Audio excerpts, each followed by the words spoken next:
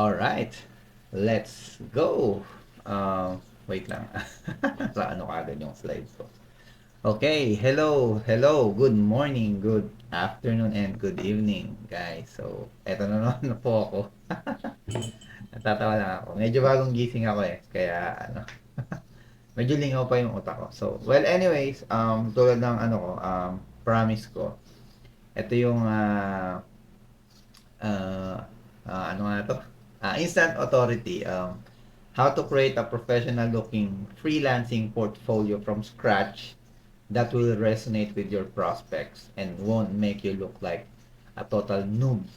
Ayan, di ba? So, medyo mahaba yung yung subtitle. So, anyways, ito nga yung promise ko na portfolio making course. This is totally intended for for beginners, um, para matulungan kang magkaroon ng portfolio kasi alam naman natin na ang portfolio is napaka-importante sa as a freelancer, and especially as a copywriter, 'di ba? Um, Now, ang goal ko dito is syempre to help you guys build your own portfolio kahit na beginner ka, na yung portfolio mo will make your client say yes, 'di ba? Well, yun yung natin. Yun yung pinaka-goal natin. Ma-present yung portfolio mo in a professional way, and even make you stand out from other freelancers. And hindi ko ite-take yung credit sa course na to. 99% ng mga natutunan ko dito is from John Pagulayan and Alan Ngo. Okay, so parang inano ko lang siya. I'm just saying it in my own way. Ayan. So, let's start. So, important notes, habang ginagawa natin to. Number one, make it simple. So, in a way, what I mean is, wag nating pahirapan yung sarili natin. Okay? 'Di ba? Minsan pag nagsisimula tayo, parang ang dami nating steps na gustong gawin eh. Hindi, simple lang. And tuturuan ko naman kayo ng step by step process dito sa sa course na to. Tapos of course, be honest. Kasi yung ibang part dito, maglalagay ka ng parang testimonial, ganun, or social proof. So, wag mo siyang ipepeke. Be honest with your social proof. Kasi, pag natapos mo tong portfolio na to, it will build your confidence eh. Ang sarap niya sa feeling na meron ka ng professional looking website or portfolio. Pero kapag yung mga claims mo doon or yung mga testimonials mo doon is peke, hindi mo mararamdaman yung achievement, kumbaga, 'di ba? So, yun lang, be honest lang. Tapos, yun, proof after every claim if possible. So, if may testimonial ka na, kailangan may proof, 'di ba? Let's say, testimonial mo, pag-generate ka na ng hundreds or thousands of dollars para sa isang client, yan, lagyan mo siya ng proof, 'di ba? And then gagamitin talaga natin dito si ChatGPT, utilize mo siya. Pero it's still up to you kung gusto mong isulat siya ng on your own. It's totally fine, and kung ano yung ChatGPT is fine. Kasi ChatGPT will make your life easier. Katulad nga sa number one, make it simple, 'di ba? And then number five, use market specific language. Language siguro lalagay ko dito. Di wala na edit. So what I mean is, depende sa sa prospect mo, sa market mo. Gamitin mo yung language nila. Like for example, nasa healthcare industry ka. So instead of customers, weird naman yun, di ba? So kailangan ang gamitin mong word, patients. Di ba? So kung ang target market mo naman is mga gyms, lawyers, or mga professionals, di ba? Instead of customers, use the word clients. Di ba? I mean, iisa lang naman yung meaning yan eh. clients, patients, customers, guest, if nasa hotel, ano ka, hotel industry, yung ano mo, yung market mo, 'di ba? Yung mga customers nila, guest ang tawag nila, 'di ba? So, even though ano, pare-parehas na yung meaning niyan, pag iba kasi yung ginamit mong ano, ibang ginamit mong term, hindi siya magre-resonate doon sa titingin sa portfolio mo. Kasi halimbawa, ang target market mo, let's say, yung nga, healthcare. So, patients. Let's say, ang offer mo, help you, you will help clinics get more patients, di ba? Parang ang pangit naman na pag sinabi mong you will help clinics get more customers, di ba? Even though alam na natin yung meaning nun, parang iba yung ano eh, iba yung, hindi siya nagre-resonate kung healthcare provider ka, di ba? Tsaka parang bastos naman ang tawag mo sa patient mo, customers.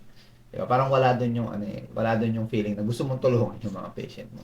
So, ganun lang. Um, Siyempre hindi lang naman sa ano yun, sa mga terms as customers yung siyempre yung ibang term din, 'di ba? Like ano ba magandang example ng ano pa sa pang term? Halimbawa sa ano, sa Airbnb, parang ganun. 'Di ba? So, ang tawag mo sa mga customers mo, guest, tapos siguro hindi ako sure pero siguro ang place of business nila, hindi nila tatawaging store, 'di ba? Kasi mga ano sila eh, mga rooms sila, 'di ba? Mga kwarto. So instead of stores, you can use rooms, 'di ba? Ganon. Ganon lang yung ano, example. So hopefully alam niyo yung ano nyo, market nyo, 'di ba? Um, okay. So next slide. Okay. So, ito yung tumataginting na ano, na question, 'di ba? Bago tayo gumawa ng portfolio, kailangan alam muna natin, ano ba talaga yung portfolio? Okay. Ito yung ano eh, dito yung maraming beginner ang ano, ang sobrang litong-lito at hirap na hirap gumawa ng portfolio. Bakit? Kasi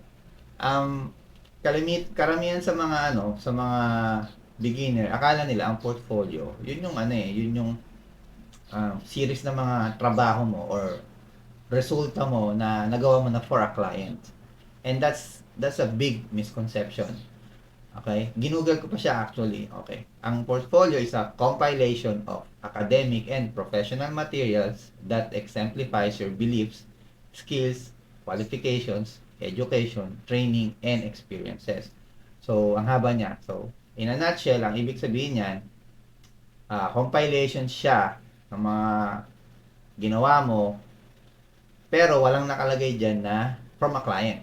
So, ibig sabihin, yung mga samples mo na pwede mong ilagay sa portfolio mo, hindi kailangan yung galing sa client.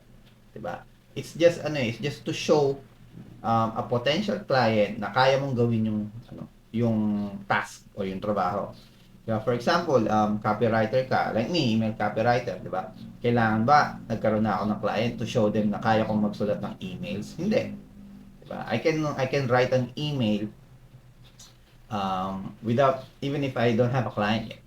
Diba? Yun yung pwede mong ilagay sa portfolio mo.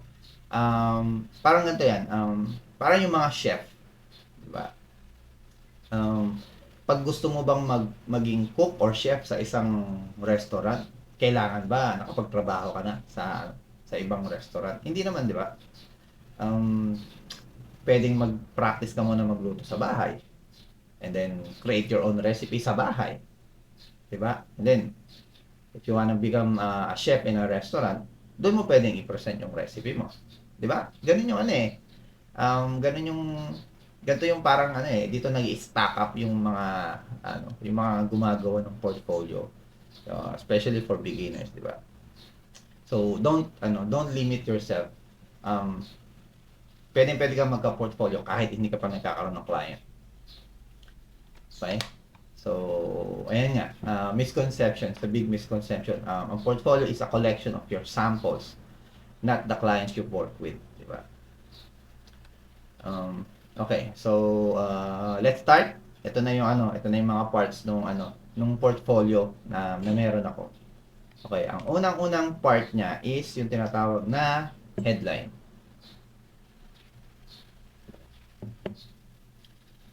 Wait lang, napainom ako ng tsa. So, headline, ito yung nasa top ng portfolio. And of course, may mga elements yan. Pero before the elements, ito yung mga sample. Ay, ito yung sample ko na nasa portfolio ko. So, ito yung mga elements niya.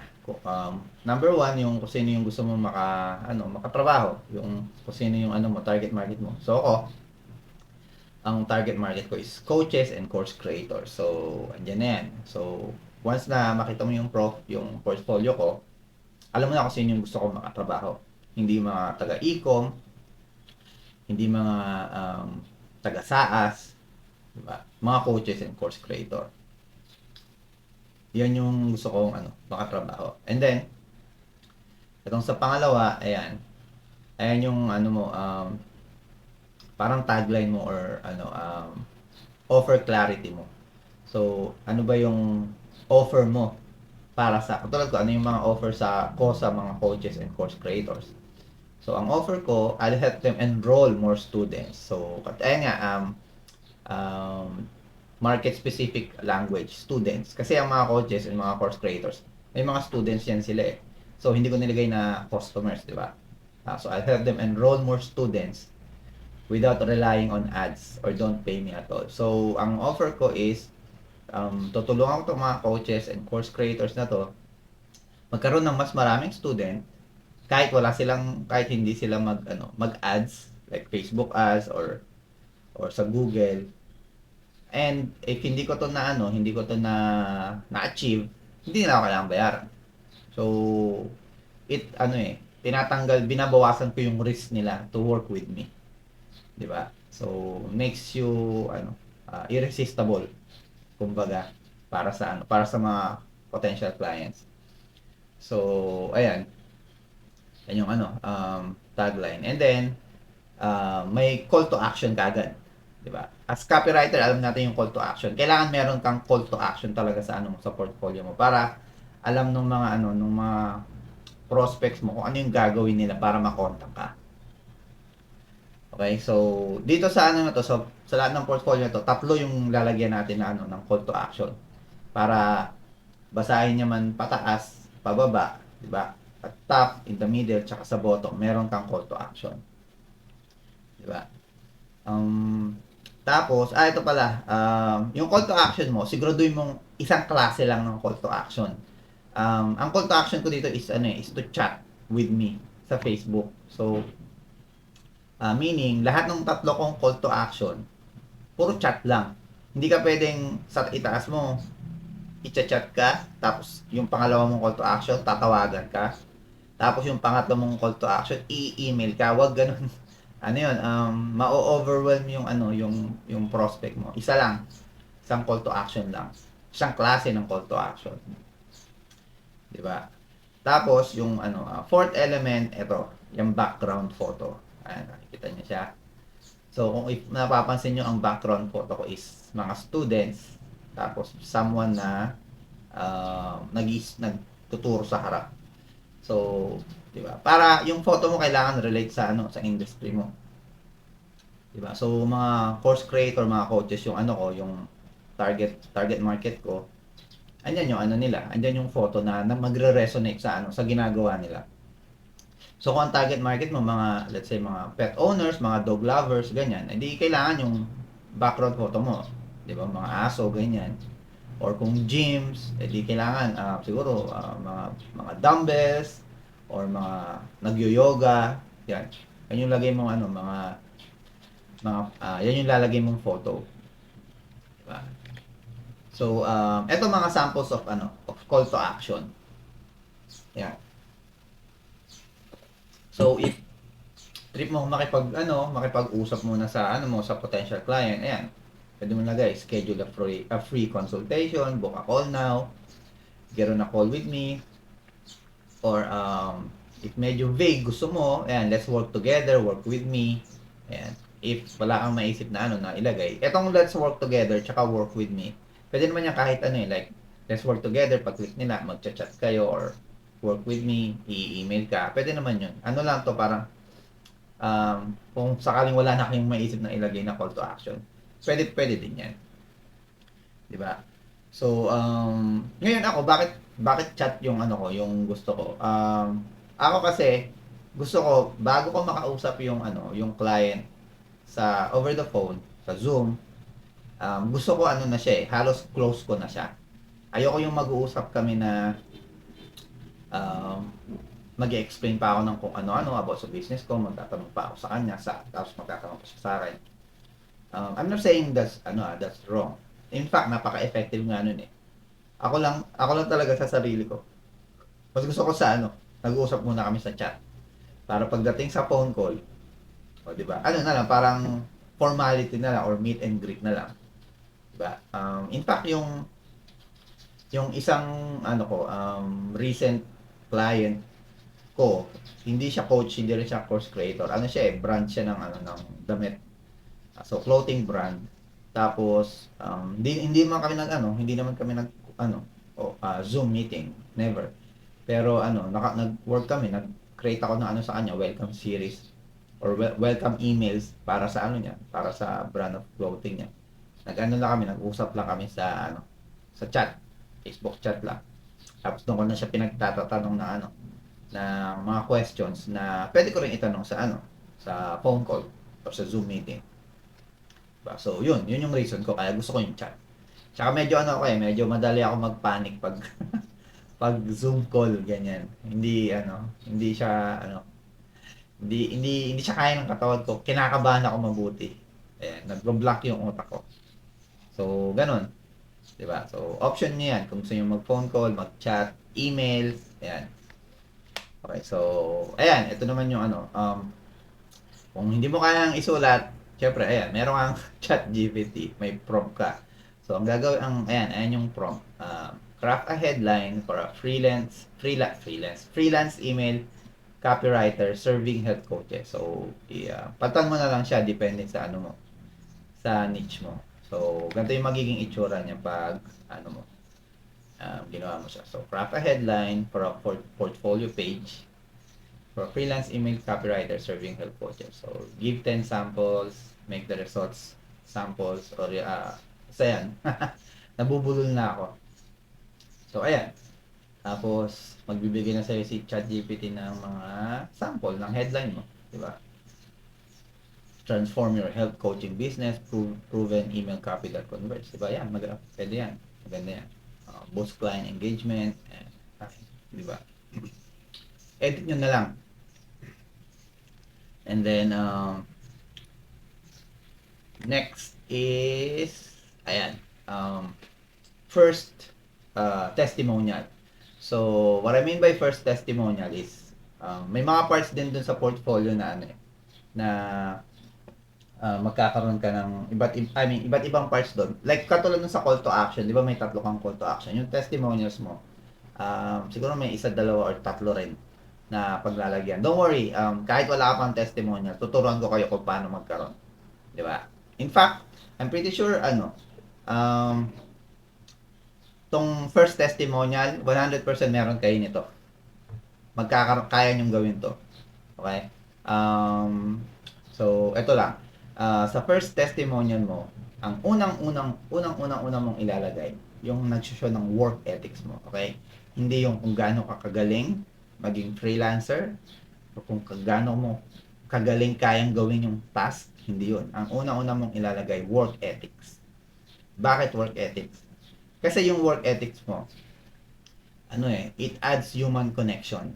Kasi if mapapansin nyo, usually sa mga portfolio, di ba, ang nandoon lang, is mga sample. Di ba? Wala yung work ethics. Like, so paano malalaman niya nung potential client mo kung anong klaseng, ka. Di ba? Trabahador ka. Anong klaseng tao ka kapag nakipag-work sila sa'yo, di ba? Mamaya, di ba? Abnoy ka pala. Di ba? So, ilalagay mo yung work ethics mo. Di ba? So, and eto pala, number 3, napaka-importante. Sa portfolio, they can judge your work, but they cannot judge your behavior. Di ba? I mean, sa dami ng, let's say copywriting, di ba? Sa dami ng mga copywriters dyan, how would it make you different from other copywriters. Syempre, isa doon yung work ethics mo, di ba?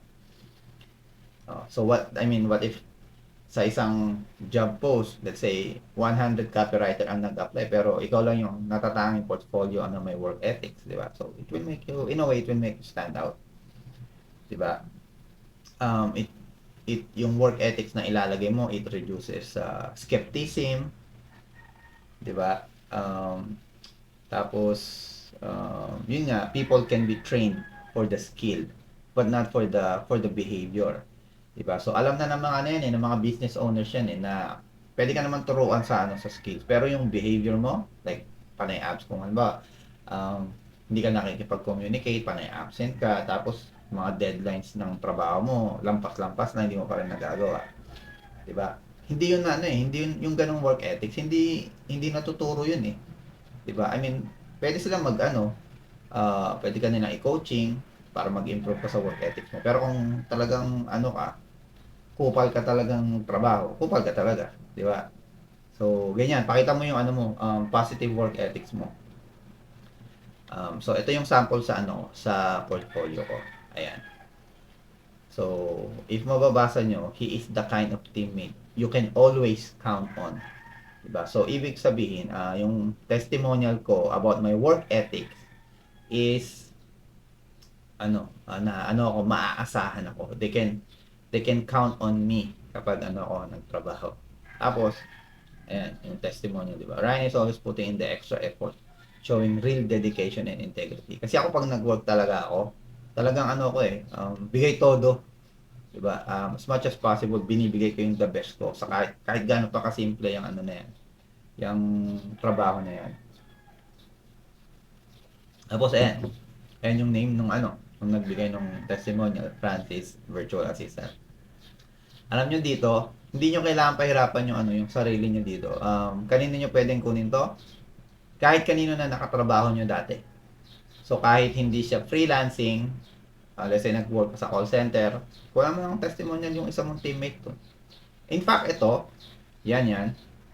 Etong Francis na to, hindi naman to writer eh. Ako rin nagsulat nito eh. Hiningi ko lang yung permission niya na i-post ko to sa sa website ko or sa portfolio ko, and nag-yes siya. Ako na daw bahala. So ayan. And etong Francis na to, tropa ko lang din to eh. 'Di ba? Isa tong malapit na kaibigan. Pero yung una niyang freelancing gig, freelancing na or virtual assistant, sa akin din ang galing. Ni-refer ko siya and nag-work kami sa isang company. Kaya ayan, so, pwede kong kunin yung testimonial niya. So, kaibigan ko siya, hindi ko na kailangan magmakaawa dahil malapit ko siyang kaibigan. Hindi ko na pinahirapan yung sarili ko, di ba? Siya na yung nilapitan ko. Di ba? May mga iba pa akong kung gusto ko pa ng iba pang testimonial, may mga kaibigan pa ako na natulungang makapag-work online. So, yan. Di ba? So, in a way, tulad nga ng sinabi ko kanina, wag niyo na pahirapan yung sarili niyo. 'Di ba? So, tsaka hindi siya kailangan related sa freelancing.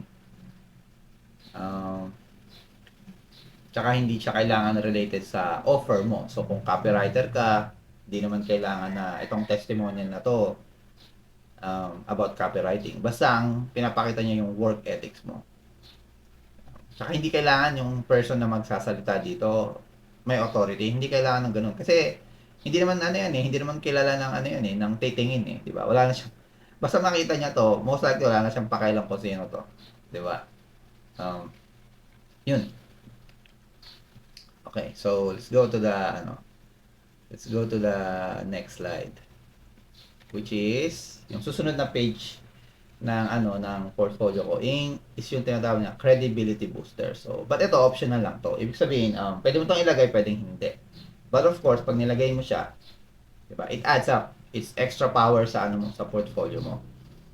Okay? So, itong credibility booster, ito yung mga companies or people or brand na nakatrabaho mo na dati. Diba, na related sa sa niche mo. Like, for example, if copywriter ka, syempre yung lalagay mo naman is, kung nakapag-work ka na talaga as copywriter before. Pero kung halimbawa, hindi naman related sa copywriting, let's say, let's say, ano ba maganda? Let's say chef, 'di ba? So, hindi mo na kailangan ilagay sa ano yun, sa next sa part ng portfolio mo, 'di ba? So, ito example ng dun sa portfolio ko. So, companies that work with me. As a Pathway, Get Viewer. So, as a Pathway, ito yung first client ko as an email copywriter. And then Get Viewer, ito yung agency na ano ko, where I work with for copywriting, 'di ba? So, ayan. Ngayon, yung iba, 'di ba, yung ibang talaga magagandang portfolio, may nakikita nyo mga logo yung nilalagay nila, 'di ba? So, okay lang naman ilagay yung logo, pero kasi yung logo kailangan mong hingin yung hingin yung permission nung company. Um, so, pero kung hindi mo kayang hingin yung permission, kahit ganito lang ilagay mo, okay lang. So, as a Pathway, Get Viewer. So, huwag kayong maglalagay ng logo ng company na wala kayong permission, okay? Baka mademanda kayo. 'Di ba? Bawal 'yun. Just put them na ganito, parang sa parang sa resume, 'di ba? So, and of course, hindi naman kailangan na big company yung ilalagay mo dito eh. Marami rin na i-stock dito eh na kailangan big company yung ilalagay mo. Hindi, 'di ba? Kahit anong company diyan, okay lang ilagay basta related sa sa ano mo, sa freelancing career mo, 'di ba? So, I mean, in a way, ito parang ano lang 'to, parang proof lang 'to na kaya mo makipag-work sa with companies, 'di ba? So, you can leave it blank kung wala talaga. Um, so, yan, ganyan. 'Di ba? Tapos ito, pwede niyo naman palitan 'to, hindi naman pwede. Hindi naman laging companies that work with me.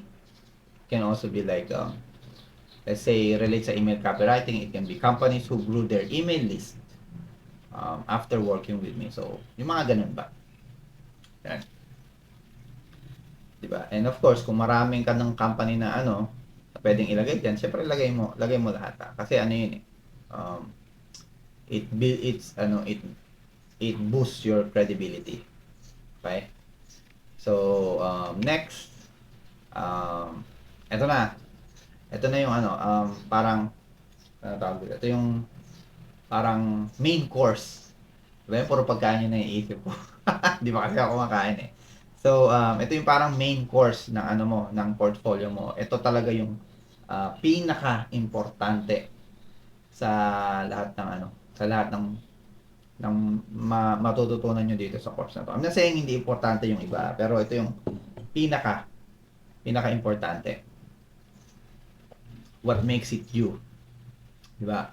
Ito yung this is what will make client work with you. Okay? So, ito yung how do you start it? You start with the why.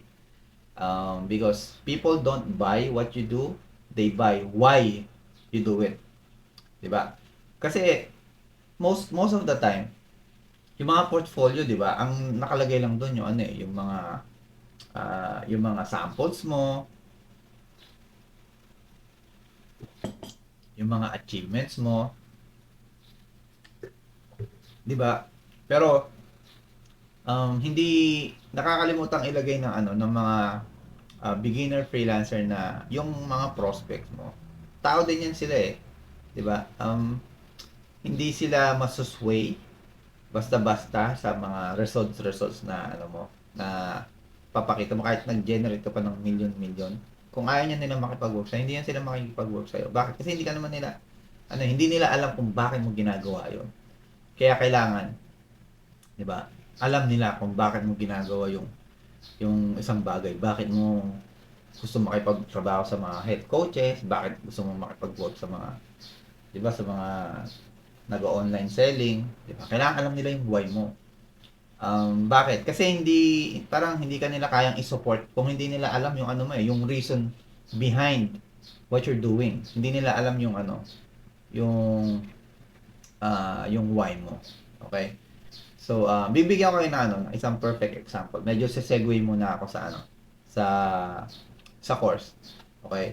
Bigyan ko kayo ng example kung paano um, yung mga tao i-root ka, iso-support ka dahil sa ano mo, sa why mo, sa dahilan mo. Okay. Um, ang example ko dito actually is yung ano, yung movie na Hunger Games, 'di ba? I'm not sure if napanood niyo na. I think most of you napanood na to kasi sikat sikat na movie yung Hunger Games eh. Yung unang Hunger Games yung si Katniss pa yung bida. Si ano, Jennifer Lawrence. Okay? So, sa mga hindi nakakaalam, yung story ng Hunger Games, ito ano lang to on top of my mind na ito lang yung naaalala ko. So sa mundo ng Hunger Games, may city, 'di ba? Tapos sa city na 'yon, merong 13 districts. Okay, ngayon, parang I'm not sure every year yata, parang every year, meron silang ano, yearly competition na kung saan magpapatayan silang lahat. Yung mga ano, yung mga magpa-participate sa competition na 'yon. So, isa life and death battle. Ngayon, sa 13 districts, yung district 1 to 12 doon, puro sila mayayaman, parang ganun. So, sa 1 district 1 to 12, magkakaroon sila ng tigda dalawang representative para mag-participate sa Hunger Games, para makapagpatayan, 'di ba? So, mayayaman sila, may mga resources sila. Ngayon, yung pang 13th district, doon manggagaling yung bida, which is si Katniss.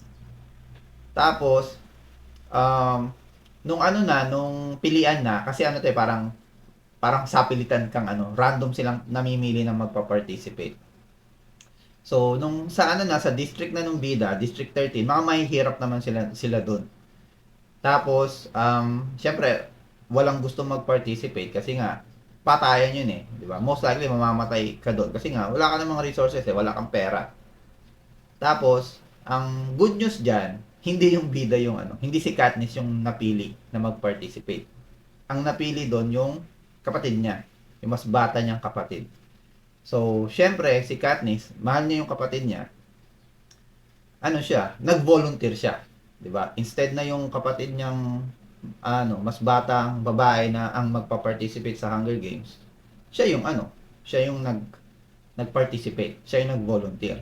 And dahil sa nag-volunteer siya, nasway niya yung mga tao na suportahan siya. Kasi parang sa Hunger Games, wala namang gumawa nun eh. Walang nag-volunteer para lumaban sa Hunger Games para mamatay. So, ganun yung ginawa niya. She sacrificed herself to fight para yung kapatid niya hindi mapahamak. So, yun yung ano, yun yung perfect story no ano, no na kapag alam ng tao yung ano, yung why mo, kung bakit mo ginagawa ang isang bagay, they will root for you eh. 'Di ba? Siyempre dun sa Hunger Games si Katniss, nagkaroon siya ng mga ano, kaaway, 'di ba? Yun yung mga usually yung mga nasa District 1 to 12, yung mga mayayaman. Pero yung mga ano, kapwa niya mahihirap, sinuportahan siya lalo kasi nga ano siya eh, parang naging hero figure siya sa mga yun, 'di ba? So, yun, ganun yung nangyari sa movie. Ngayon, imagine nyo dun sa story ng Hunger Games. Imagine nyo wala si Katniss. Yung ano lang, yung mga magpa-participate lang sa um, District 1 to 12, yung mga mayaman. So, supportahan nyo ba sila? Most likely hindi. Bakit? Kasi hindi nyo alam yung why nila eh. Hindi nyo alam kung bakit sila magpa-participate sa Hunger Games, di ba? Basta alam nyo lang, magpa-participate sila. Lalaban lang sila ng patayan. Yun lang. Di ba? Pero si Katniss, most likely, susuportahan nyo siya kasi alam nyo yung story niya eh. Alam nyo yung why. Yan, di ba? So, yun lang. So, ayun na. Tapos na sa segue. So, gusto ko lang talaga yung movie na yun. I like that movie. So, ano yung mga pwede mong ilagay sa ano mo? Sa what makes it you? So that it will make your portfolio stand out. So, unang-una, you can put your mission or vision. Ito yung paniniwala mo, di ba? Or ito yung gusto mong gawin as a freelancer. Number two, yung ano mo, yung beliefs mo or core values mo. Di ba? So, ito yung sinasabi ko kanina na magkakaroon ka rin ng ng mga hindi maniniwala sa iyo kasi data iba-iba yung belief eh. 'Di ba? So, it's actually a good thing kasi yung mga ayaw na sa iyo, ayaw na kagad. So yung mga lalapit sa iyo, yun yung mga parehas yung paniniwala sa iyo, 'di ba? Parehas ng paniniwala mo. Tapos of course you can also put your story, and then you can also put the problem that you're addressing. So ano ba yung problema na iso-solve mo? Yun yung pwede mong ilagay sa sa part na to ng portfolio. So halimbawa, sample nitong ng mission. I want health coaches na to impact more people through my email, sa mga email na isusulat ko. So pwede yun yung maging mission ko. Gusto ko makipag-work sa mga health coaches kasi gusto ko mas marami silang matulungang tao sa pamamagitan ng emails na sinusulat ko. Yan yung example ng mission or vision mo. Tapos, belief, health coaches pa rin kasi yun talaga yung gusto kong niche eh. So, ano ba yung pwede kong belief? Gusto ko yung mga health coaches ethical. Ayoko makipag-work sa health coaches na ang tingin lang sa mga clients nila is pera-pera lang. Ayoko nang ganun. So, yun yung core value ko. Ngayon, may mga health coaches na na pwedeng pera-pera lang yung gusto nila. So, in a way, tinataboy ko na sila. Ayoko kasi makipag-work sa mga ganong klaseng tao eh. 'Di ba? Gusto ko talagang may genuine care sa sa mga clients nila. Tapos, yun nga, story mo. Kung ano yung story mo before, bakit ka napunta sa freelancing, bakit mo gusto makipagtrabaho sa mga health coaches. Yan, in a way, yung story mo related din sa sa beliefs mo. 'Di ba? Tapos, ito, yung problem na gusto mong i-address, 'di ba? Like, pwedeng gusto mong ano bang isang problem ng ng mga businesses? Let's say yung human connection. 'Di ba? Marami sa mga business hindi pera-pera lang eh, hindi na ina-address yung genuine care or yung human connection. So, pwede yun yung mo, yun yung problem na gusto mong i-address, 'di ba? Gusto mong tumulong sa mga businesses na to create or build connections, 'di ba? So, ako naman, yung nilagay ko combination ng mga to eh. So, when I created my this part in my portfolio, I combine story, yung problem na ina-address ko, and yung yung beliefs ko. Kasi I'm a family-oriented guy. So, yan yung nakalagay sa ko, sa sample ko, 'di ba? Yung headline pa lang eh, I treat my clients like my own family. Kasi for me sobrang importante ng family sa akin as a father, 'di ba? Importante sa akin na magkakasama kaming kasama ko lagi yung mga mag-iina ko, 'di ba? So, in a way, tong story ko na to, magre-resonate siya sa mga sa mga kapwa ko parents, especially sa mga kapwa ko tatay, 'di ba?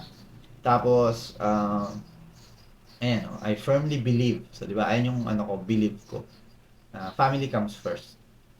'Di ba? Kaya ako nag-work from home as a freelance email copywriter. Tapos, ayan, nagyan ako ng konting story bago ako maging freelancer, nag-work ako sa call center agent. Ito siguro yung reason kaya nagre-resonate ako sa ibang mga freelancers kasi marami din sa mga freelancers call center agent eh. So pag nabasa nila to, in a way, magbi-build ako ng connection sa kanila, di ba? Kasi paras kami may experience sa call centers. So, yun yung human connection na pwede mong ma-build kapag yung portfolio mo may ganito. 'Di ba? So, ayun yung struggle ko, traffic, yung income hindi sapat. 'Di ba? Tapos buntis pa yung anak ko. Sorry. Buntis pa yung asawa ko nung time na yon, 'di ba? So, ayan, tapos in an unexpected turn of events, I learned about freelancing from my wife's relative. So, doon ko natutunan sa pinsan ng asawa ko, tapos yun na, naging freelancer na ako, naging freelancer na rin yung asawa ko. 'Di ba? So, yan yung example ko. So pag ang nakabasa nito halimbawa, coach siya na naniniwala din na family comes first or yung mga client niya dapat i-treat niya as family. Magre-resonate sa kanya 'to eh. Kasi ganito yung paniniwala ko, ganun din yung niya, yung belief niya. That's how you make connection sa kahit na mga taong titingin sa sa portfolio mo. 'di ba? So the moment they read this and if ganito rin sila, 'di ba? Magre-relate sila sa relatability, I will connect with them, 'di ba? So ano to eh, kasi ganito yan eh, pag yung pag yung tao, it doesn't matter kung gaano sila kagaling eh. Pag hindi nag-align yung nyo, yung values nyo, hindi hindi ka makikipag-work sa kanya, 'di ba? Totoo 'yan. Like for example, katulad ko, ako, family oriented ako. Tapos yung makakatrabaho ko, walang pakialam sa mga anak niya. Ayoko nang ganun, 'di ba?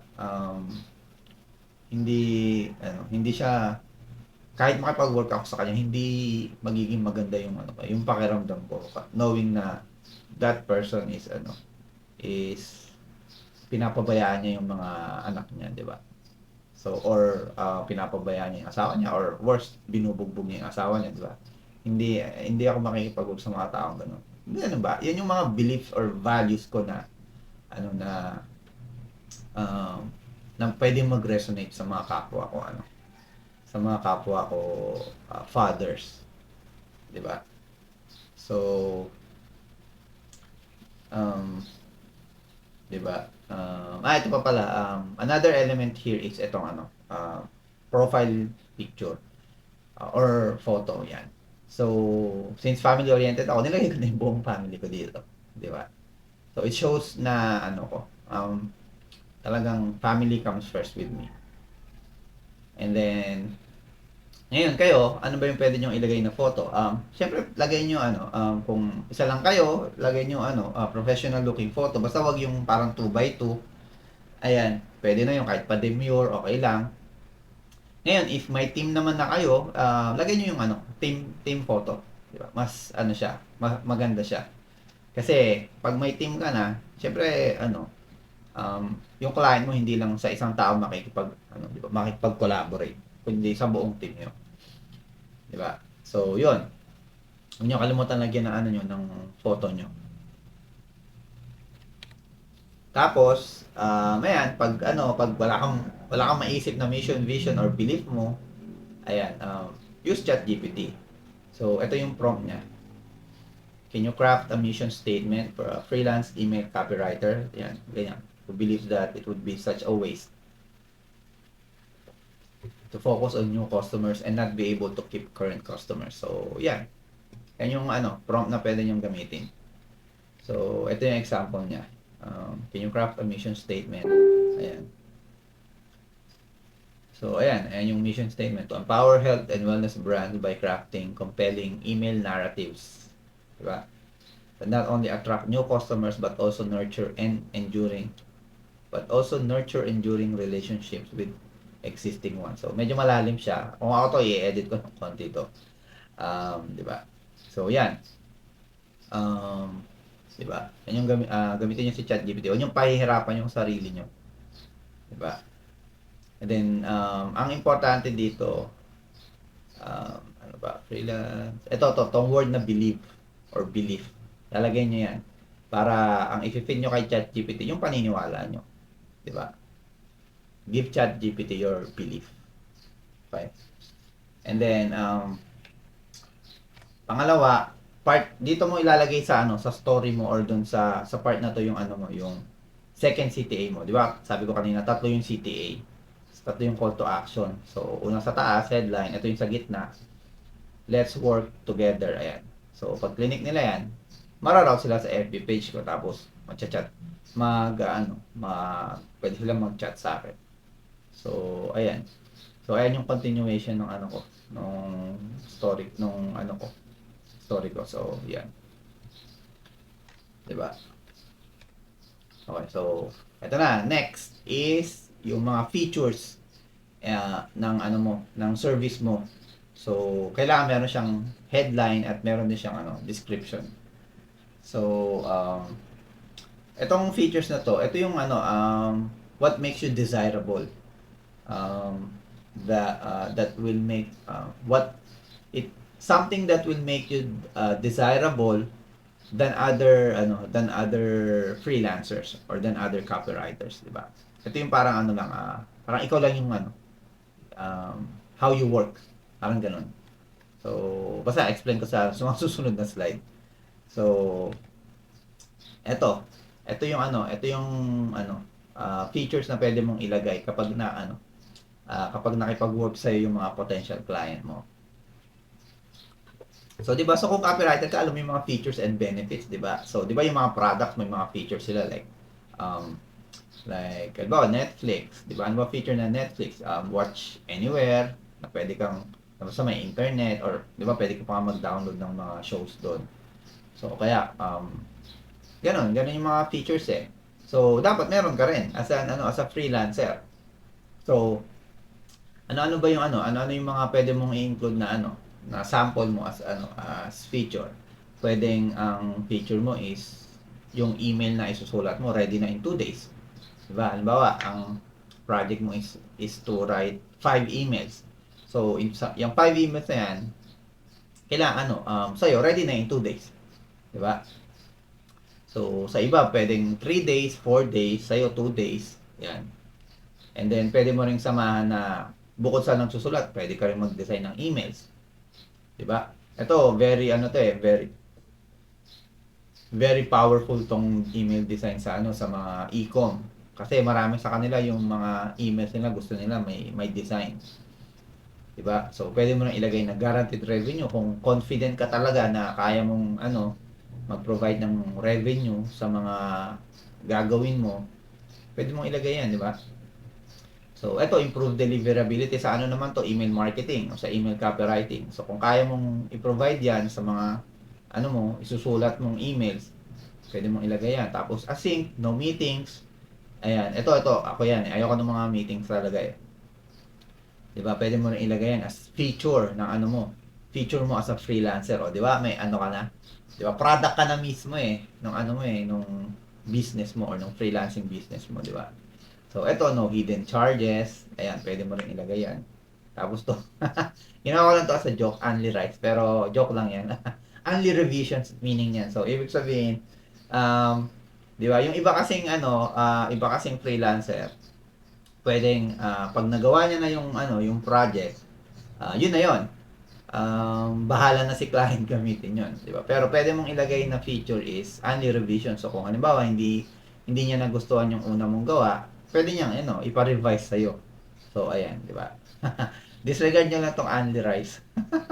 So ito naman cancel anytime. So yung iba kasing freelancers, may contract, 'di ba? Kasi 1 month, 2 month, 3 month contract. So pwede mong gawing feature to na pwede yung contract nyo, pwedeng mag-cancel siya anytime. So in a way, walang risk sa client mo na na may ipit siya sa isang contract. So yan yun. Tapos 24/7 support. Ito medyo mahirap to. Kasi syempre matutulog ka rin, di ba? Pero kung may team ka naman at kaya mong kaya mong panindigan to, ayan, lagay mo as feature. Meaning, anytime na kailangan ng client ng support mo, andyan ka or andyan yung team mo.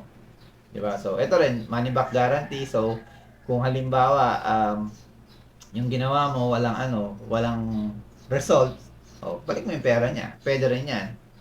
Di ba? Tapos to, dedicated account manager. So, in a way, parang 24/7 support din to eh. So, ibig sabihin nitong dedicated account manager, magkakaroon siya ng isang tao na pwede niyang kontakin anytime na kailangan niya ng tulong.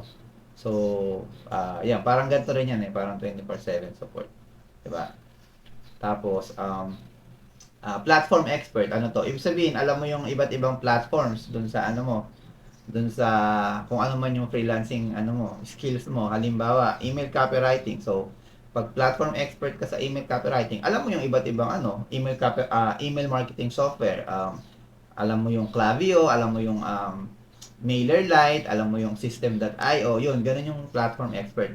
So, halimbawa social media, di ba? Ito na lang, di na tayo lalayo, social media. So, kung social media manager ka at platform expert yung isa sa sa feature mo. So, kailangan alam mo marunong ka sa Facebook, marunong ka sa Instagram, marunong ka sa X, sa Twitter, marunong ka sa Pinterest, marunong ka sa LinkedIn. Ganun yung platform expert. Alam mo kung paano yung iba't ibang platforms na ng skills mo. And then ito naman 100% done for you, meaning you go beyond sa ano eh, sa kung ano lang yung service mo. Halimbawa, copywriting or email copywriting, di ba? Yung ibang email copywriters, ang ginagawa lang nila is magsulat. Tapos na. Ngayon, tong 100% done for you, pwedeng after mo isulat yung email, pwede ka magsama ng strategy, 'di ba? Kung kailan or paano nila i-send yung email, pwedeng ikaw rin mismo ang mag-send na ng email kung alam mo kung paano mag-send ng email sa mga subscribers. Pwedeng yan yung ilagay mo. Pwede rin aside from writing the emails, pwedeng may kasama na siyang email designs, 'di ba? So, yan yung 100% done for you. Kumbaga, wala nang gagawin yung potential client mo sa project, ikaw na lahat. Yan. Kaya 100% done for you, 'di ba? So medyo mahirap tong gawin pero kung kaya mo, 'di ba? Go, walang pumipigil sa iyo. Ano mo 'yan eh? Business mo 'yan eh. Tapos pwede mo ring ilagay yung support and resources. So kung meron kang ibang resources halimbawa sa video editing, 'di ba? So after mo magawa yung isang video, pwede mong samahan ng resources o ito yung mga resources na kung sakali in the future gusto mong gumawa ng similar video o ito yung mga resources na pwede mong kunin. Ito yung ginamit naming video editing software, di ba? Ito yung mga uh, basta kung ano yung mga ginagawa sa video. Wala akong masyado alam sa video eh. So basta ganun, di ba? And then analytics, kung kaya mong magbasa ng data.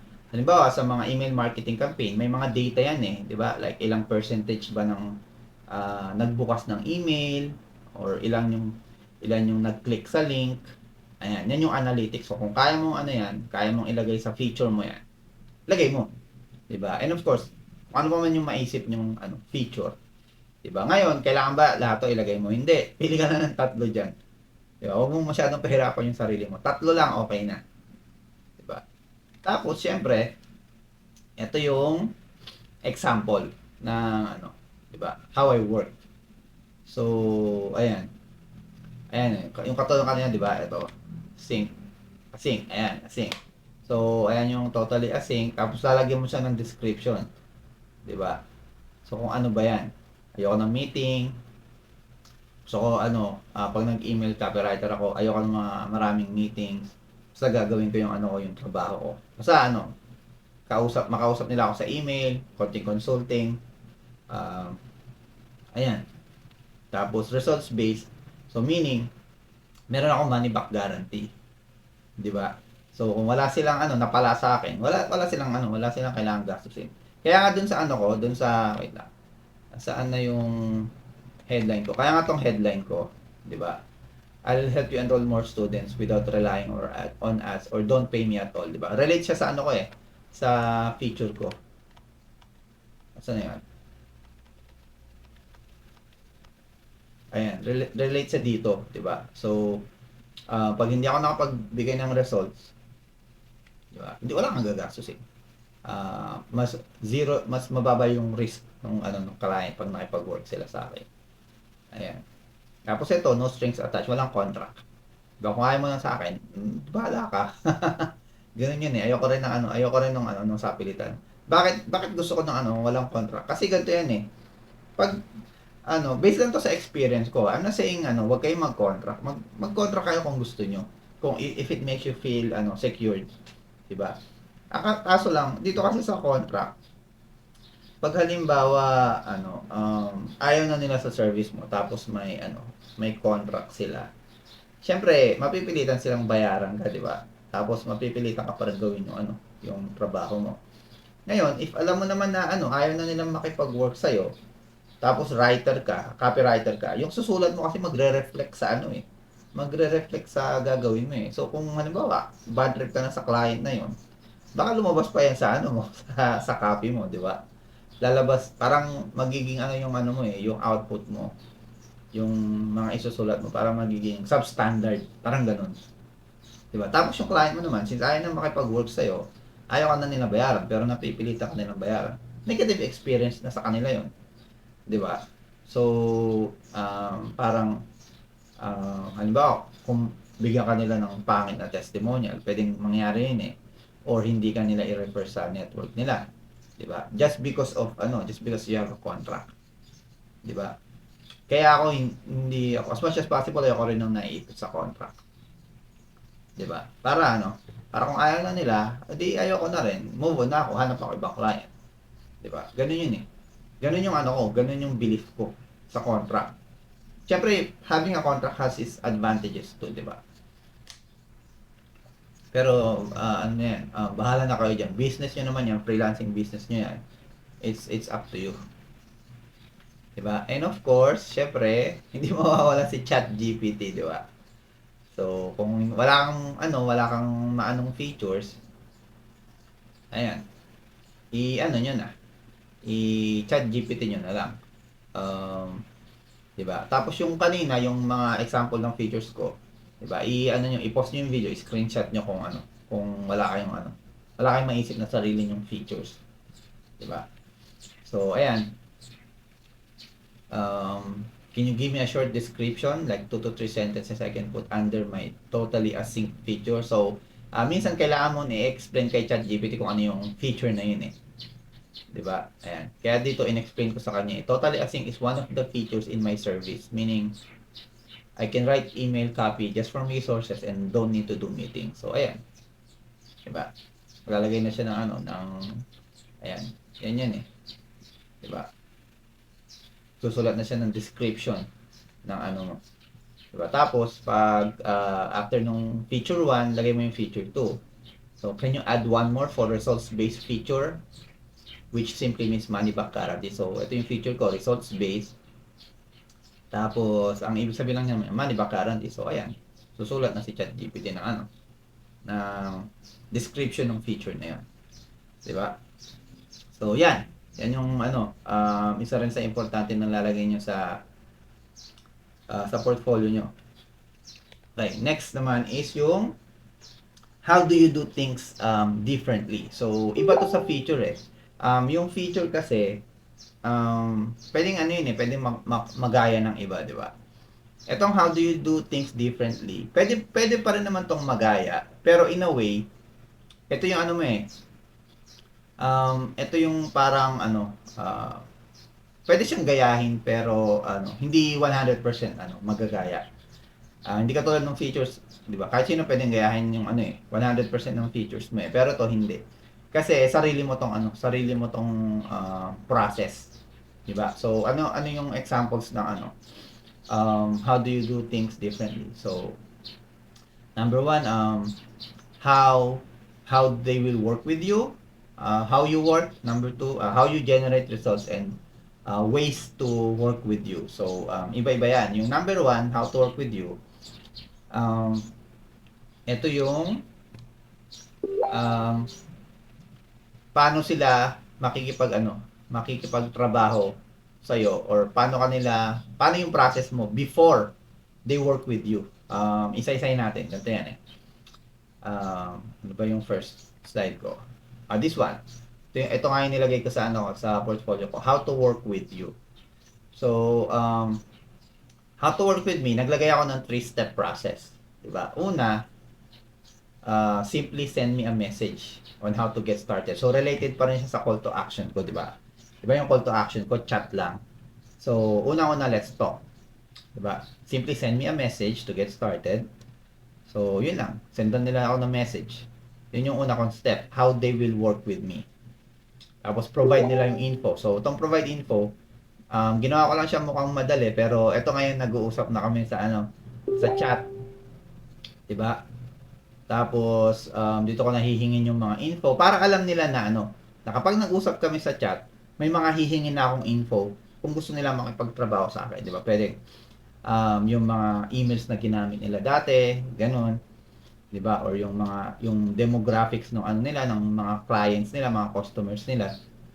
Yun yung mga hihingin ko eh. Tapos, after kong mahingi yung info na kailangan ko, babalikan ko sila within 24 to 48 business hours. So, within 2 days. Diba? Ngayon, ano sasabihin ko sa kanila after ko makita yung mga nila, info nila? Sasabihin ko kung kaya ko ba silang tulungan o hindi. Diba? Kaya kailangan dito yung info eh. Kasi hindi naman porket may lumapit sa yung client, lahat tutulungan mo, 'di ba? I mean, kung hindi mo siya kayang tulungan, 'di ba? Bakit mo ipipilit? Pahihirapan mo yung sarili mo, pahihirapan mo lang yung client, mahihirapan. I mean, masasayang lang yung oras yung dalawa, 'di ba? When in fact, pwede mo naman tulungan yung mga client na gusto mo talagang makatrabaho, 'di ba? So, lalo kung malayo yung yung gusto niya sa skills mo. Halimbawa, social media manager ka, pero nagsisimula ka pa lang. Tapos, ang gusto ng client mo, email marketing. Di ba? Gusto mag-include ng email marketing. Tapos, hindi mo naman alam yung email marketing. O di, sabi mo, hindi mo alam yon, di ba? Why do you have to, why do you have to force yourself? Sabi mo, hindi ako expert sa email marketing. Now, ang pwede mong gawin, after mo sabihin na ganun, pwede mo sabihin na, I can have someone to, to refer. Pwede ka mag-refer ng ibang freelancer na, na email marketer na pwedeng makatulong sa kanya, 'di ba? So in a way, pwede kayong maging yung second freelancer, pwede kayong magtulungan para sa client na 'yon. Ganun 'yun eh, ganun yung freelancing talaga eh. You help each other, 'di ba? So yan yung process ko. So ayan yung how to work with you ko, 'di ba? So ito naman samples na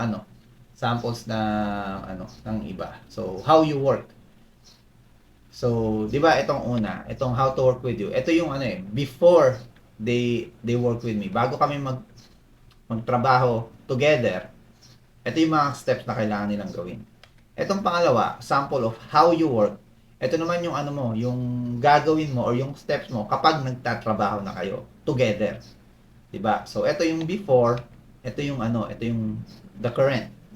So, halimbawa, email copywriter ka, ano yung steps mo kapag nagtatrabaho na kayo together. So, una, maggagawa ka ng extensive market research.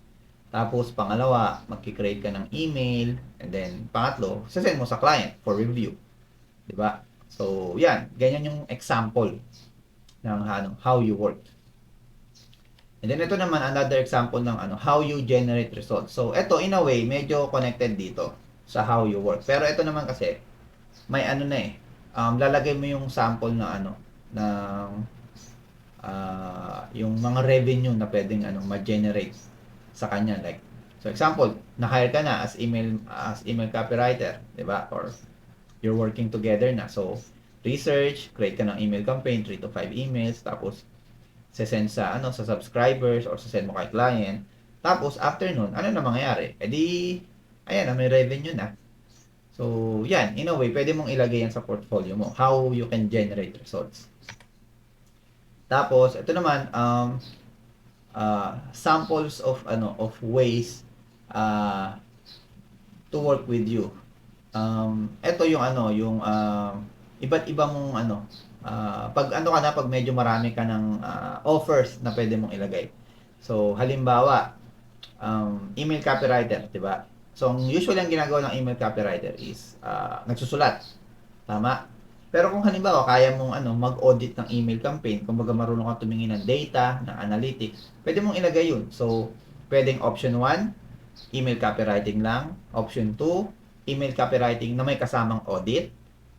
'Di ba? Option 3, email copywriting may kasamang audit, then may kasama pang rewriting ng mga emails ni client. So, ibig sabihin nitong rewriting, kung may mga emails na siya before, 'di ba? Pwede mong isulat na lang. So, halimbawa, ayaw mong magsulat ng email from scratch. Pwedeng ito yung i-offer mo as service. Pwedeng kung halimbawa yung client mo wala masyadong budget para magsulat ng email from scratch, pwede mong i-offer to. Ano yung emails mo before? Tingnan ko. Tapos pagandahin natin. Yan. 'Di ba?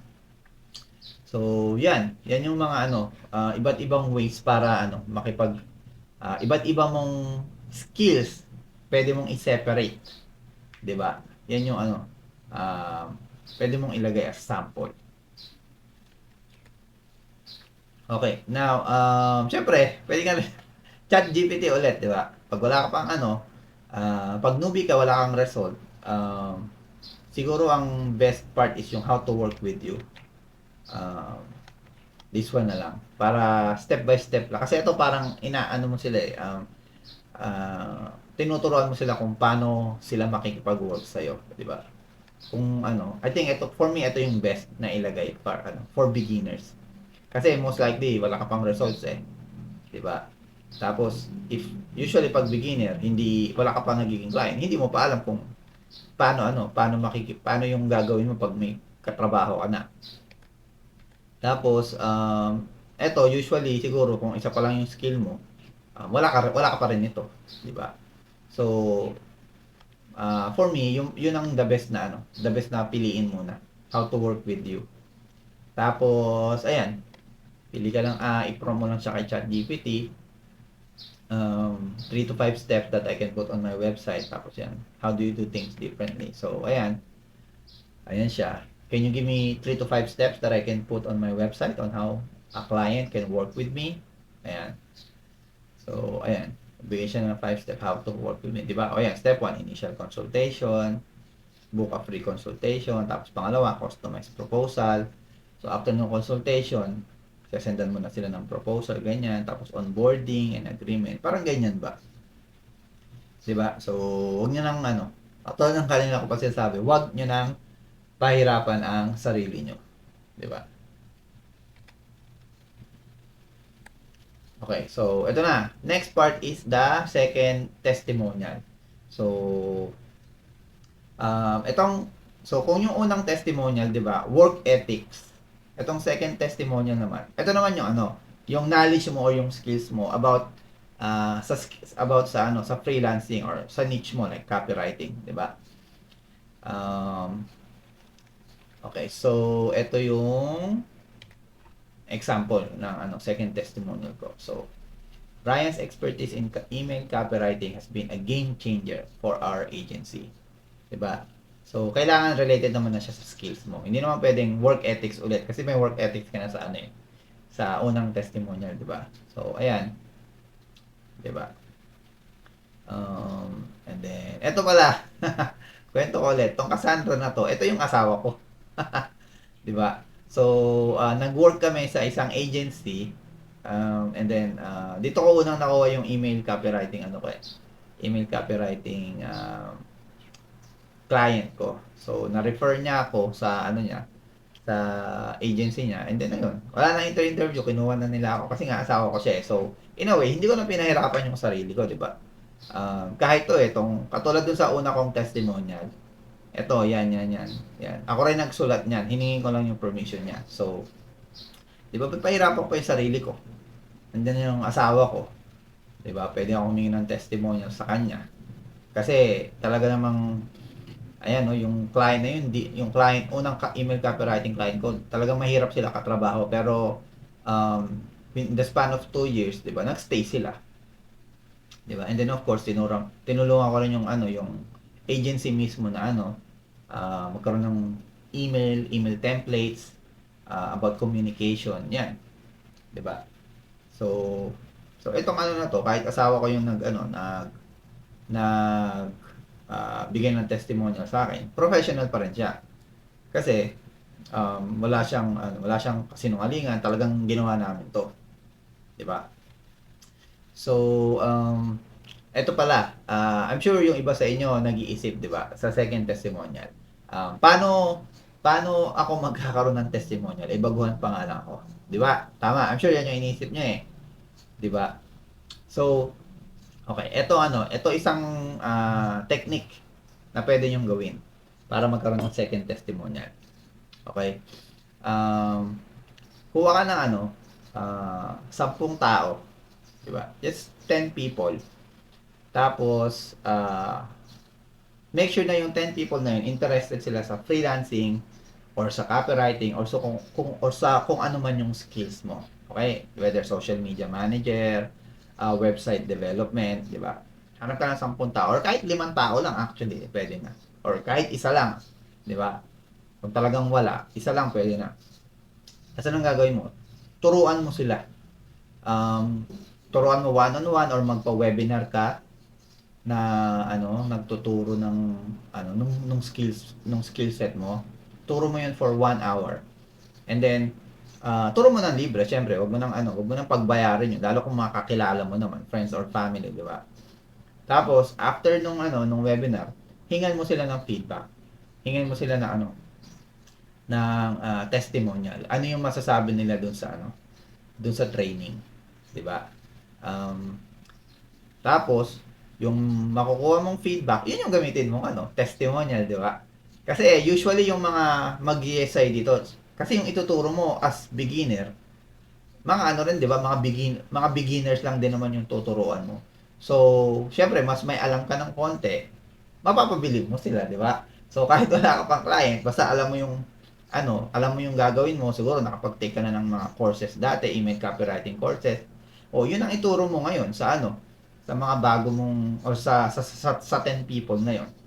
Doon ka makakakuha ng ano, ng testimonial, 'di ba? So this is one of the best way to get ano, to get a testimonial kahit wala kang ano, wala ka pang client before. Basta make sure lang na related to sa ano, sa skills mo, 'di ba? Ang basta ano lang, make sure that the testimonial is genuine. Huwag kang magsisinungaling, 'di ba? So, ako parang ako, 'di ba? Tinuturuan ko kayo ng email copywriting. So, kapag meron kayong magagandang feedback, syempre natutuwa ako. Ngayon, pag dumating yung time na ano, gusto kong ilagay yung ano, yung feedback na yun sa portfolio ko, 'di ba? Pwede kong gawin, pwede ko kayong tanungin, 'di ba? Oh. So, in a way, ito rin yung isang dahilan kaya ako na nagtuturo, 'di ba? So that I can build my credibility and at the same time natutulungan ko kayo. Natutulungan niyo rin ako. So, ganun siya, 'di ba? So, kailangan ng portfolio mo either may case study ka or meron kang sample. 'Di ba? Napaka-importante niyan, especially sa ano, sa mga creative um, like graphics design or website design or website creation or mga writer side, 'di ba? Importante meron kang sample or case study. Bakit? Kasi more than your resume, more than your uh, CV, usually yung mga agency or mga direct clients, hindi naman nila titingnan yung certification mo, yung resume mo. Ang importante sa kanila yung sample eh. Kasi dito mo mapapakita na ano eh, na kaya mo talagang magsulat. Yung bang sa resume, ano ba copywriter ka? Yung ba sa resume mo, nilagay mo, let's say 10 years ka ng copywriter. 'Di ba? So what? Ano yung ano mo? Ano yung paano ka magsulat? 'Di ba? Paano mo binebenta ang isang product as a copywriter? Hindi naman makikita yun sa resume mo eh. Makikita yun sa sample mo. Or, much better, sa case study mo. 'Di ba? Case study samples, magkaiba yan. Much better ang case study, pero ito kasi, ano eh, case study is usually ano lang, kapag nagkaroon ka na ng client, or kaya mo rin naman gawin to kahit wala kang client. I'll show you later kung paano siya gawin. Pero kung wala ka pa talaga, sample ka lang muna. Let's say, email copywriter, gawa ka isang email, yun, sample mo na yun. 'Di ba? Kung ano ka, logo designer, isang logo, sample mo na yun. Pwede mo nang ilagay sa portfolio mo yun. 'Di ba? 'Di ba? So, as long as you have a sample of collections, 'di ba? Isa, dalawa, tatlong samples, portfolio na 'yan, 'di ba? So, ito yung ano, example ko sa page ko. So, want some samples. So, may ano pa nga ako, may value pa nga akong binigay dito. Feel free to use them on your email campaign. So, pag nakita nila yung mga emails na ginawa ko, halimbawa clinic nila to, mapupunta sila sa isang document na may emails na ito, ano ba klaseng email yan? Program launch email. So, pag clinic nila yan, makakita sila ng ganong klaseng email. Ngayon, kung gusto nilang gamitin sa email campaigns nila, edi gamitin nila. I don't mind. Value, ano ko na yan, binibigay ko na yan, di ba? Free value ko na yan para sa mga potential clients ko. Di ba? So, yan yung pwede nyong ilagay sa, uh, sa portfolio nyo. Well, not pwedeng ilagay. Dapat na talagang ilagay yan. Di ba? So, iba-iba to. Tong sa akin, marami siya. Marami siyang pwede mong i-click. So, pwede mong i-click to, i-click to, i-click to. Iba-ibang ano yan, emails yan. Ngayon, pwede rin naman, isang page, tapos, isa lang yung pwede nilang i-click, tapos pag-click nila, andun na lahat yung ano, andun na lahat yung sample mo. Pwede na sa isang G drive. 'Di ba? Pwede rin 'yun.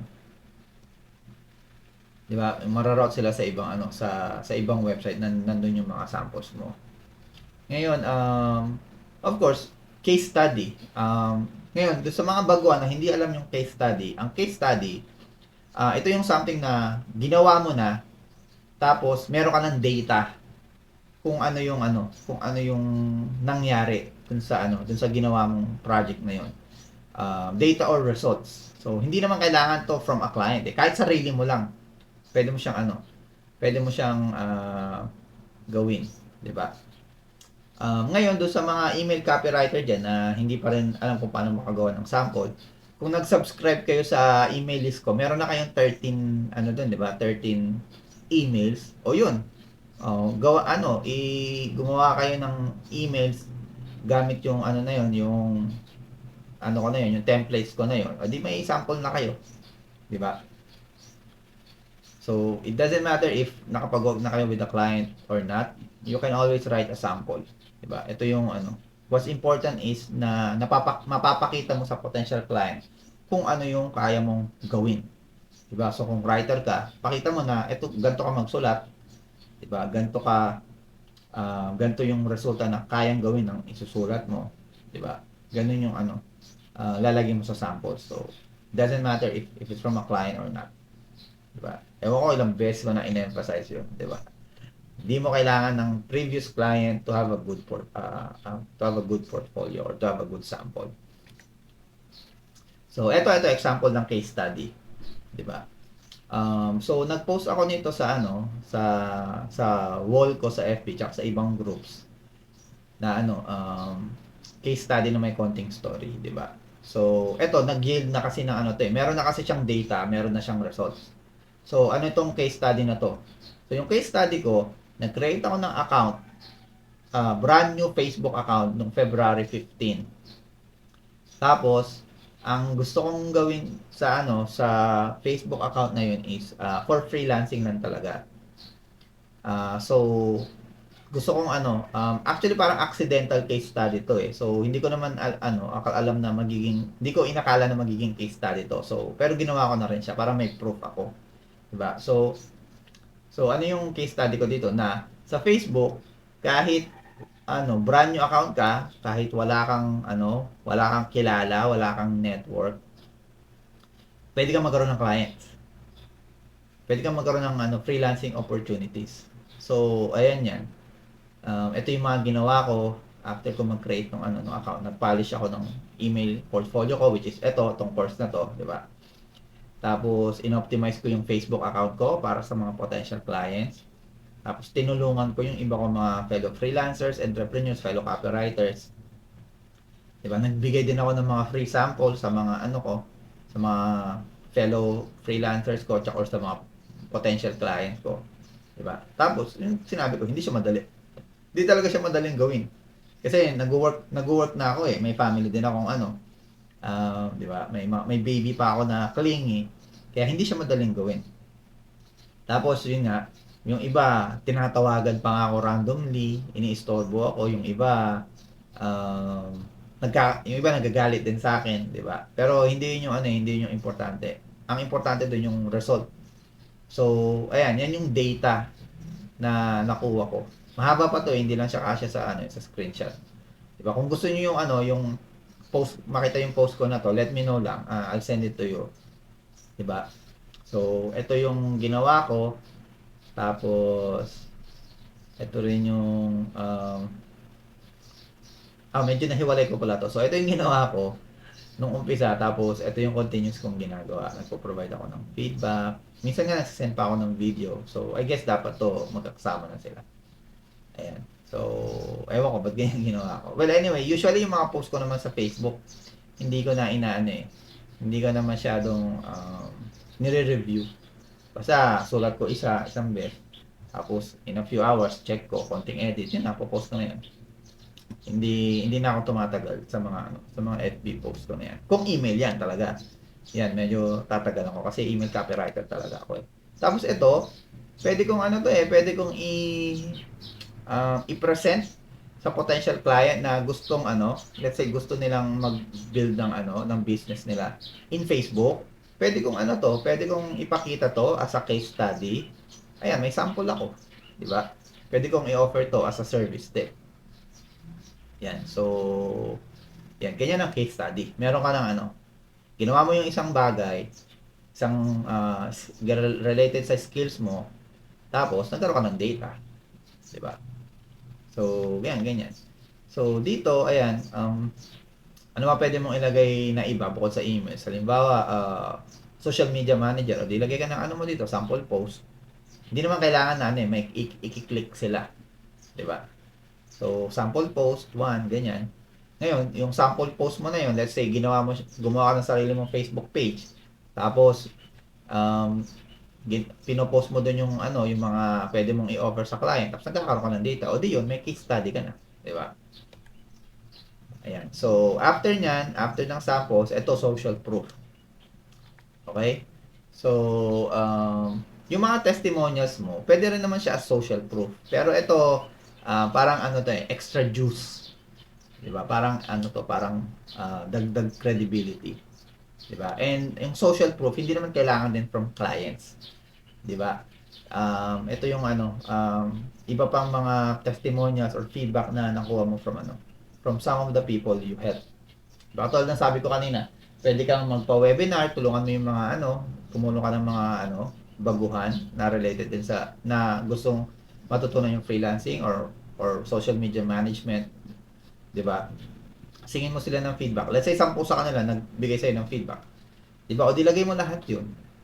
So isa, main testimonial, tapos ito social proof. Pwede 'yun. Ito yung example ng social proof ko. 'Di ba? So, etong social proof ko na to, nasa LinkedIn ko to eh. Nilagay ko lang din sa portfolio ko. So, etong mga ano na to, these wonderful people, nakasama ko sila sa isang freelancing challenge a few years ago. 'Di ba? So, they helped me, I helped them. Tapos, ayan, karoon ako ng ano, ng social proof from them. 'Di ba? So, ito yung ano, ito yung isang way para matulungan mo yung ibang freelancer, and yung ibang freelancer matutulungan ka rin. 'Di ba? Basta wag lang kayong ano, wag lang kayong magsisinungaling. 'Di ba? Yun yung ano, yun yung pangit. 'Di ba? So, kailangan ba to related sa freelancing mo? Hindi naman. Hindi naman siya kailangan ano, related sa freelancing mo. 'Di ba? Basta social proof lang. 'Di ba?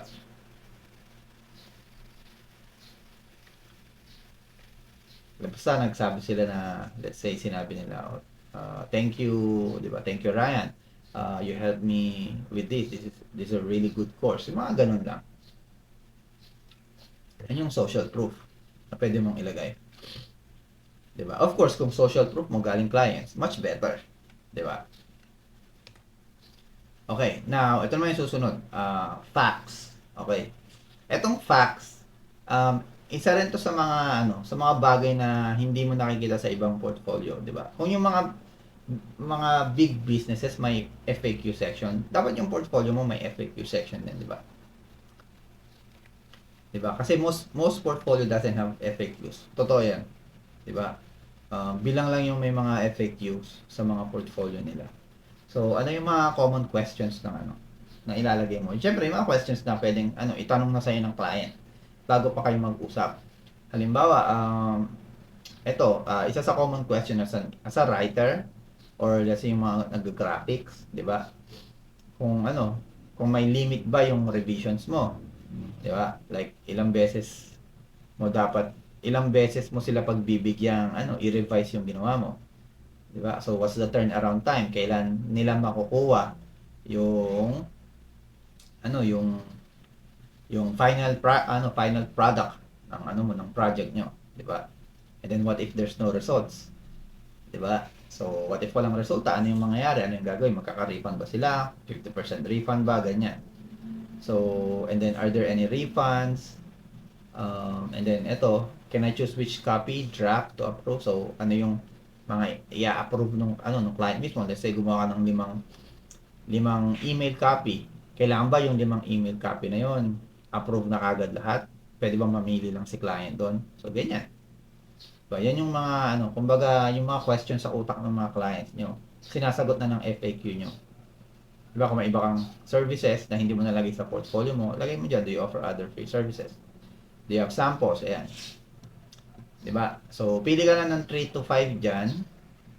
Tapos ilagay mo sa sa portfolio mo. Now, ito importante din.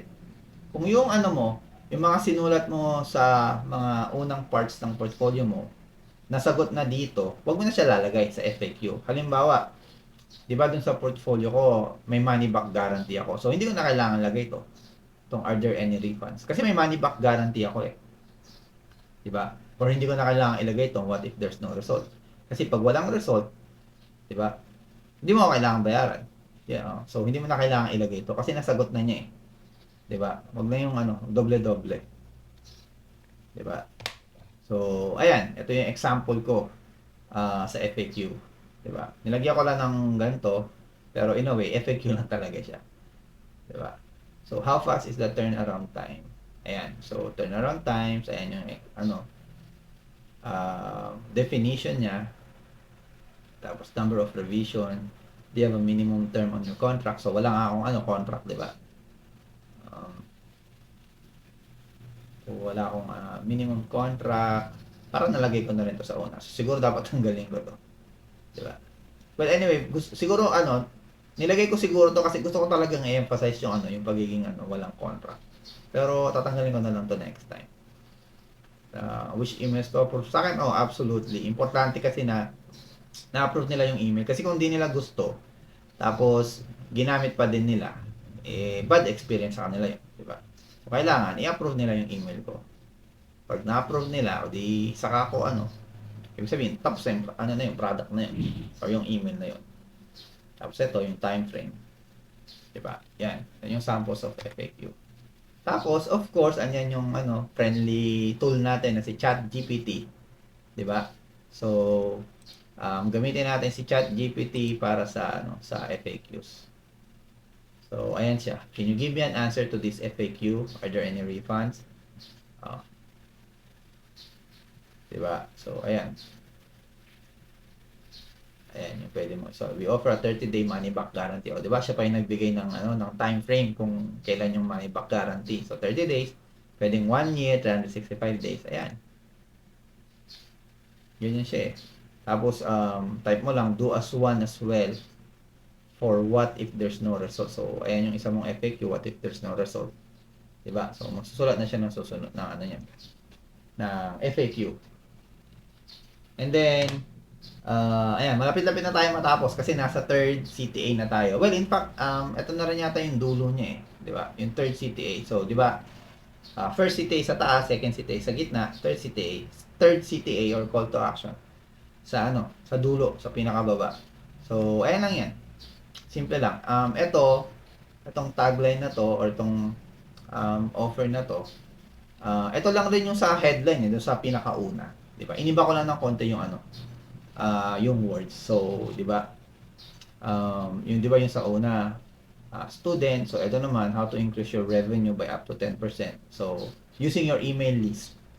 So, in a way, ano na siya, ni-reward ko lang dun sa first dun sa unang-una dun sa top nung portfolio. Tapos nandiyan yung third call to action, work with me. So, ayan. Ayan yung third call to action, which is similar lang din. Chat, 'di ba? So, yan. Yan lang yung element niya. Headline 2. Ayan. And then CTA 3, third CTA. So, yun lang. Actually, tapos na eh. Ito na yung ito na yung buong portfolio mo. Ayan na yung step by step. Ito naman, link to my portfolio, ayan. Tignan nyo na lang. If hindi nyo ma-type, punta na lang kayo sa sa Facebook page ko. And then, nakalink na doon kung kung saan makikita yung yung yung website ko, yung portfolio ko. Tapos, ito na. So, ano yung takeaway? Isa lang naman yung takeaway natin dito eh. Na-prove natin na kaya mong mag-build ng ng professional looking portfolio kahit beginner ka pa lang. 'Di ba? Yun lang yun eh. 'Di ba? Tapos, ano ba ba?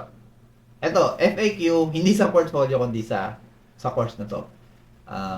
Number one, applicable ba to sa ibang niches? Yes. 'Di ba? Kahit website developer ka pa or graphic designer or virtual assistant, pwede to. Applicable to. Ngayon, ito yung isa sa main question din. Is it free? Yes, free lang to sa Canva gawin. In fact, after sa mga slides, I'll show you how to do it in Canva. Ngayon, can you use a custom domain? Yes. Pwede kang bumili ng sarili mong domain, yung sarili mong pangalan ng website para wala yung Canva na nakalagay sa website mo. Pwede yun. 'Di ba? Tapos, gaano katagal? Actually, yung iba, nung nalaman ko to, it took me a few days para siya matapos. Kasi, hindi ko naman siya ginawa ng isang upuan lang. Di ba?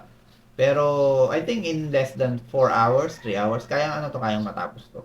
Lalo kung lalo't nandiyan naman si ChatGPT. So, yun lang. Thank you. Thank you so much sa time nyo, sa time na ginugol nyo sa panonood sa akin dito. And if you have any questions, of course, let me know. 'Di ba? And I would gladly answer it if kaya ko. Tapos, let's go to, close ko muna to. Ayan. Close ko muna tong slides. Ayan. Ito na yung sa Canva.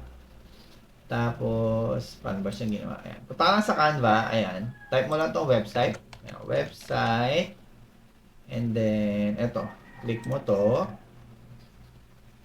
Tapos, ayan na. Pili ka na lang ng template dyan. Ako yung ginawa kong template. From scratch lang yun eh. So, all lang yun. All white. Talaga. So, let's say, halimbawa lang ito. Click mo to. Customize mo tong template na to. Tapos, ayan na. Dinelete ko na lahat eh. Delete. Ayan. Ayan. Diyan na yan. Diyan na magi-start yung yung portfolio ko. Let's say. So, ito. 'Di ba? Yung una, 'di ba? Yung una headline, 'di ba? Ayan, headline, lagay mo diyan headline. Tapos i-duplicate mo lang yung page. Ayan na yung second page mo. Ano ba yung second page? Wait, check ko yung portfolio ko dito. So, ayan, ano ba tong pangalawa? Ayan, second testimonial. So, ayan na yung mo, second testimonial mo. 'Di ba? Tapos duplicate mo lang ulit. Duplicate page. Ayan na. So, ayan na yung mga mo, 'di ba? Credibility booster mo. So, ayan. Ganyan lang siya ganyan lang siya kasimple, 'di ba? Kayo nang bahala kung paano niyo i-design, paano niyo i-color. Kung katulad ko kayo na pangit mag-design, simplehan niyo na lang yung simplehan niyo na lang yung colors niyo. Yeah, pero kung talagang magaling naman kayo sa design, of course, 'di ba? Show your creativity. Tapos pag okay na siya, nagustuhan na tapos niyo na yung website, ulit niyo lang 'to, publish website. Okay, so pag pinablish niyo na siya, ayan, magkakaroon kayo ng URL o yung yung domain nyo. Pag free domain lang siya, ayan, magkakaroon ng katulad nitong portfolio ko, magkakaroon ng itong part na to, itong canva.site na to. Ayan, pag free lang yung domain. Pag hindi free, pag bumili kayo ng sarili nyong domain, o di, ayan, magiging yan, kung yung pangalan nyo, pwedeng ryancustodio.com, parang gano'n. 'Di ba? So, i-YouTube niyo na lang kung paano kino-connect. Paano kino-connect yung domain sa sa Canva, 'di ba? Ngayon for those na na interested bumili ng domain, meron dito ako laging bumibili sa Namecheap. Ayan. So, ayan, hanap ka lang ng domain na gusto mo. Halimbawa, ang gusto mong domain ryancustodio.com. And search mo siya. Usually around $10 to $11 per year. Ayan. So, ayan. Magbibigay na siya ng sa'yo. Na suggestions, meron na palang RyanCustodio.com, di ba? So, eto, hindi ko na pwedeng bilhin yan, may nagme-may-ari na yan eh, registered in 2020. Di ba? .com, pero pwede kang RyanCustodio.org, pero huwag mong gagawin to kasi kung hindi ka naman organization, huwag mong piliin yung org. Ayan, may bot, ayan, RyanCustodio.ai, ayan, tapos ayan na yung mga yung estimated na di ba? Pero ano ba? CustodioRyan.com. Search natin. Custodio Ryan. Ayan, merong $10.28 per year. So around 600 pesos per year ang isang domain. 'Di ba? So yan. Ganyan yung pagkuha ng domain. Bili kayo sa Namekeep, ko-connect nyo dito sa Canva. 'Di ba? So ito pala yung ko, yung FB ko.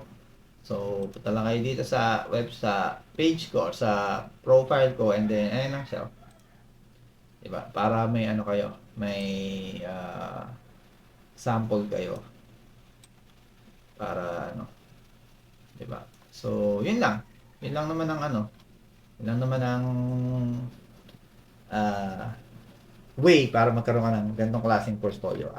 Yung iba sasabi, ang ganda doon ng portfolio ko. Actually, hindi ako masyadong hindi ako masyadong nagagandahan kasi nga parang lang, para sa akin parang basic lang siya. Ganun. Pero sabi ko nga ang importante sa portfolio hindi naman yung design kundi yung kung paano siya magko-connect sa magbabasa nito. 'Di ba? Paano siya ko-connect sa potential client mo? Yun yung importante. Since writer ako, importante sa akin yung writing part. Yan ang 'di ba? So pag clinic nila to, ayan. Ito sila Messenger. Pwede na nila akong kausapin doon.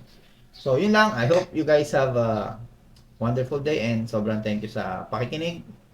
I'll see you in the next video kung ano man yung susunod kong course. Thank you.